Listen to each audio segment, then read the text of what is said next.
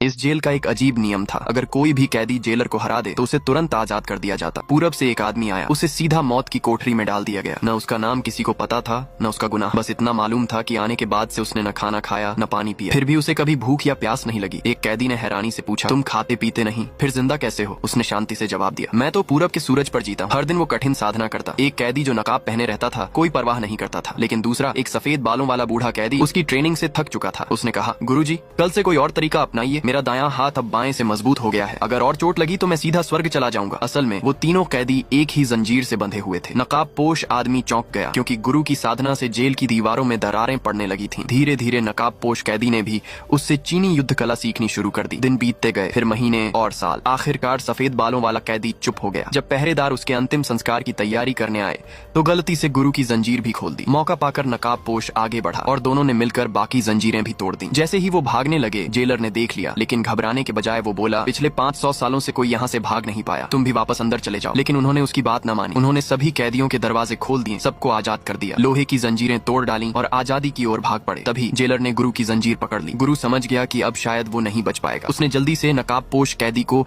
एक जादुई ड्रैगन ताबीज दिया और कहा, मेरी बेटी को ढूंढ लेना। गुरु की मदद से नकाब पोश भाग निकला, लेकिन अब गुरु अकेला रह गया जेलर के सामने। जेलर बोला, मैं इसी दिन का इंतजार कर रहा था। अब मेरा असली प्रतिद्वंदी सामने है। जबरदस्त लड़ाई शुरू हुई। जेलर वार करता अपनी कमर पर जंजीर बांध ली ताकि अब कोई कैदी भाग न सके। काफी देर तक बड़े प्रतिद्वंदी हो। अब वो गंभीर हो गया और अपने असली हथियार निकाल लिए। गुरु भी एक हेलमेट उठाने बढ़ा, लेकिन जेलर चिल्लाया, उस हेलमेट को मत छूना, ये सिकंदर महान का किला है और वो हेलमेट एक तुर्की सुल्तान का है। तभी गुरु ने सच उजागर किया, तुम्हारे सारे खजाने नकली हैं। अगर मैं न होता तो तुम्हें कभी सच पता न चलता। फिर दोनों बिना हथियारों के भिड़ पड़ा। जेलर ने जंजीर छोटी कर दी और इस बार उसके पैरों में भी बांध दी। उधर नकाब पोश कैदी चीन पहुंच गया, लेकिन वहां उसने देखा गुरु की बेटी असल में कोई बेटी नहीं थी। वो तो एक मायावी जादूगरनी थी जो लोगों पर राज कर रही थी। उसकी ताकत और बढ़ती जा रही थी। उसका सपना था पूरी दुनिया पर राज करना और उसके लिए उसे बस वो जादुई ड्रैगन ताबीज चाहिए।